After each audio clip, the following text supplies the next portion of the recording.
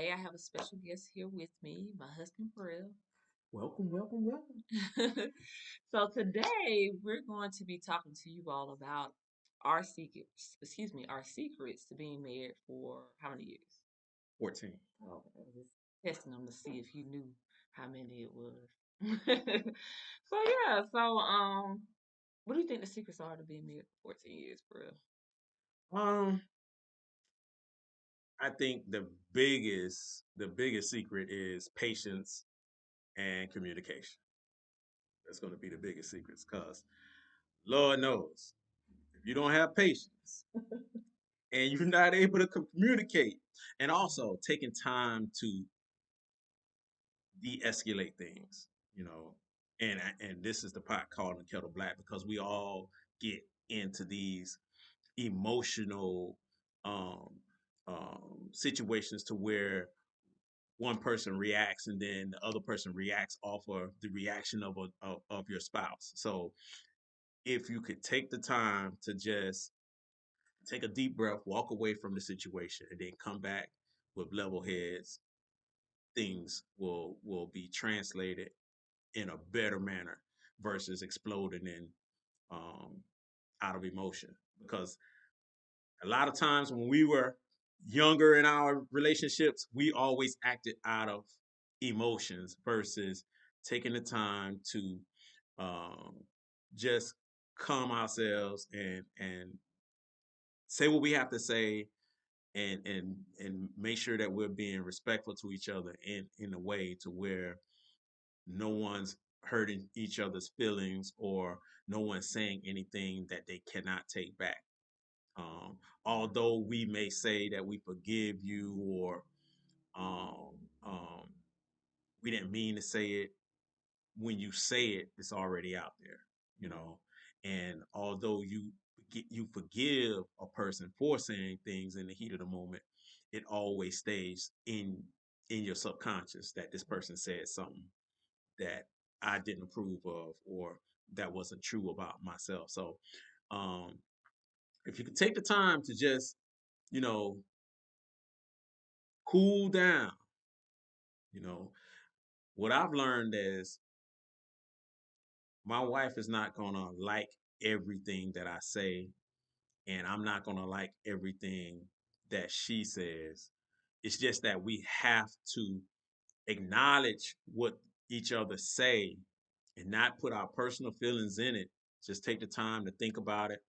And although it may sting at the moment, you want to take the time to just analyze from that person's perspective of what they're saying and come back and say, okay, I see your side of things or you see my side of things, and then we could build on that in a relationship.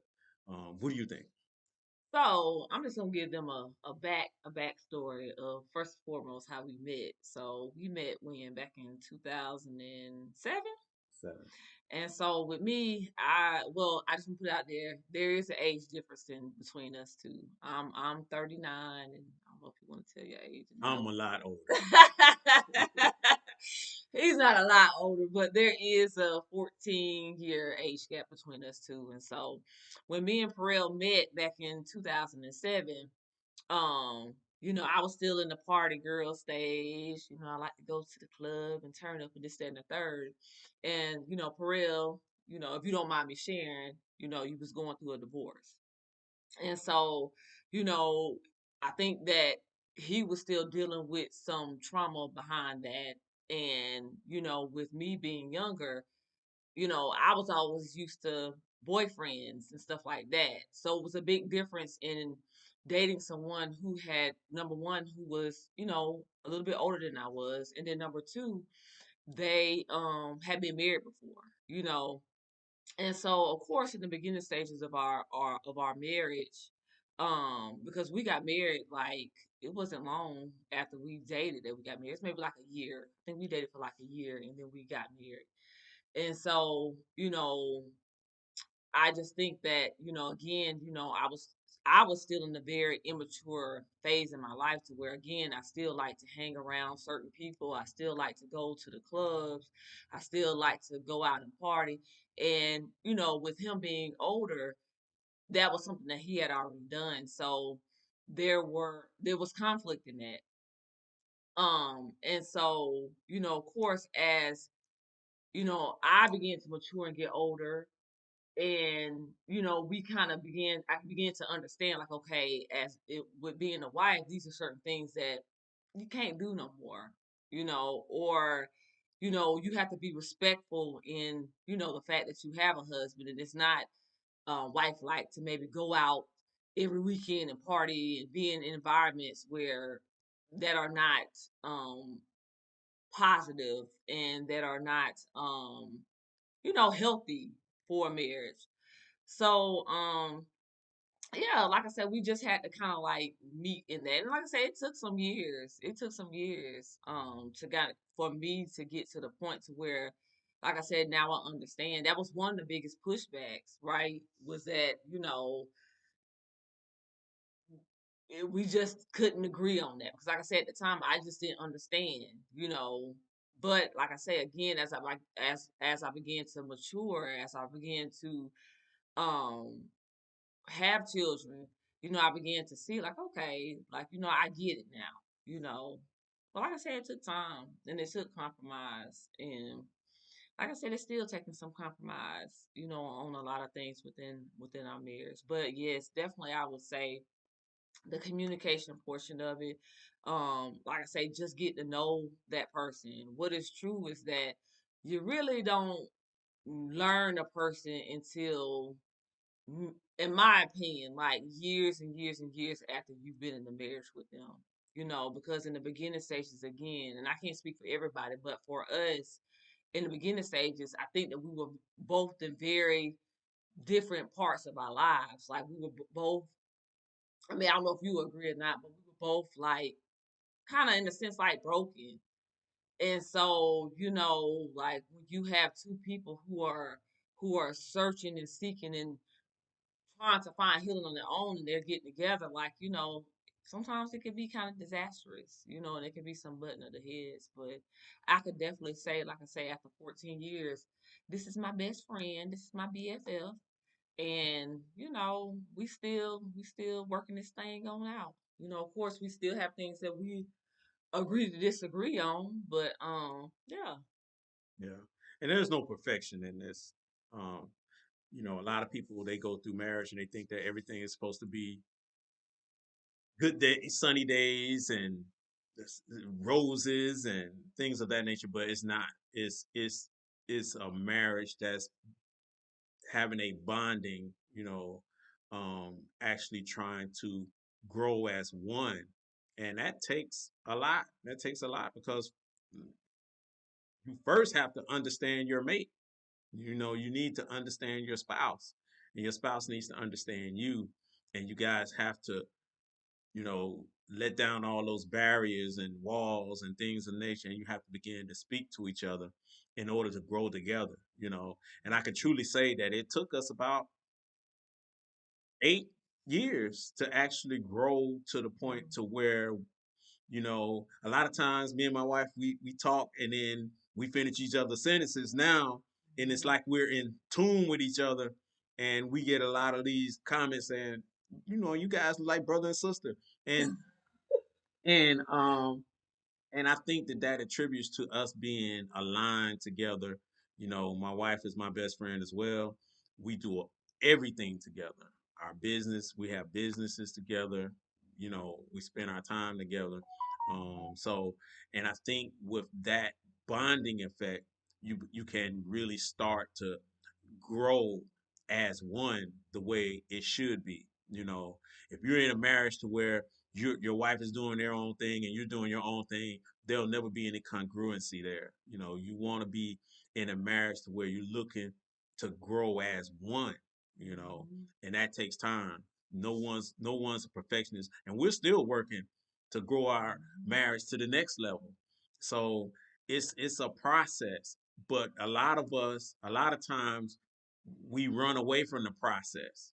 We can get in that first argument or that first disagreement, and someone wants to divorce, Mhm. you know, or no one wants to work through opposition. Um, and opposite or struggle and opposition is ordained in order to come together as one. It's ordained by God. Opposition and struggle is ordained by God in order to be tested to grow together as one. So, you know, I'm not saying that we have it 100% right, but we're far, far away from where we used to be in our relationship. So it's a process. Don't get discouraged. It's something that's going to have to grow with time, patience, and understanding. All right. So, yeah, I concur. I concur. And yeah, like I say, we gonna keep rolling this thing on out. Like Pearl mentioned is that, we do like a lot of times people be like, oh, I get tired of being around that person. But literally, like I say, I don't get tired of being around him. Now, are there times where, We you need our know, space now. yeah, Don't get it twisted. We need our space. Sometimes I need my space. Even if I'm just watching the football game or the basketball game, I need my space. And I let her get her space. When she needs to get away and do something, I need her, I yeah, allow her to get her space. And I know that we need that within yeah, a marriage. You need your time. My time might not be like her time. Her right, time might be, I need to go somewhere and spend some time with my friends. My time is, I need to watch this game, or I just need to. I'm a house rat, so I love to be around my home. So if I'm watching the game or the sports, or I'm dealing with my sons and taking them to basketball practice or whatever, it's just time that I need to, you know, not be attached to your wife, because that can get old. So I mean, but it's healthy. At the end of the day, it's healthy.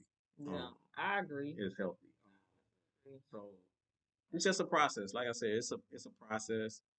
Um, do we have room to improve? Of course we do. We only been married for 14 years, and like I joke to my wife all the time, it's to death. One of us gonna have to die before we before we leave each other. So, and I'm not saying that in a malicious way. I'm saying that the bond should be for the good, the bad, and we take these oaths, and we say from good to bad, sickness to health, all of this. Right. But do we really mean it? Yeah. Are we willing to weather that storm? Are we willing to go through the process to get to the other side of the storm in order to see better days? And Mhm. if you look at it from that standpoint, I think a lot of marriages will succeed. I look at my mother and my father. My mother and my father went through everything in the world, and they've been married for over 53 years. So, Mhm. um, so I look at that, and that's a role model for me and my marriage, and how I should not, I should stand in the gap and fight for my marriage regardless of what we're going through, and fight through it. And then a lot of times it's just small stuff. It's just communication stuff anyway.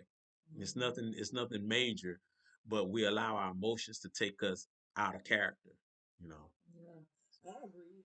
And on my side as well, like my parents were really great models of what marriage was too. Like, well, I said it back. My biological father, my, my mother and he divorced, but I had a stepdad that stepped in. And like I say, they were married for I believe 19 years before my mother passed away.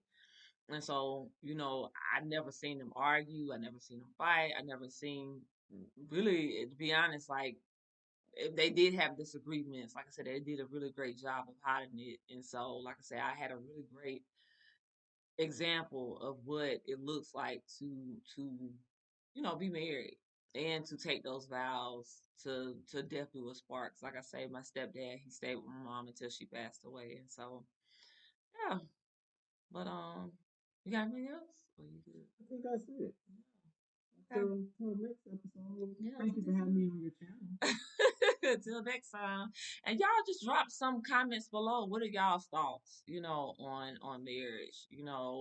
Are you married? What are some of the things you have learned from being married? Just drop some comments below. And if you haven't already, please like, share, and subscribe. See y'all next time. Bye.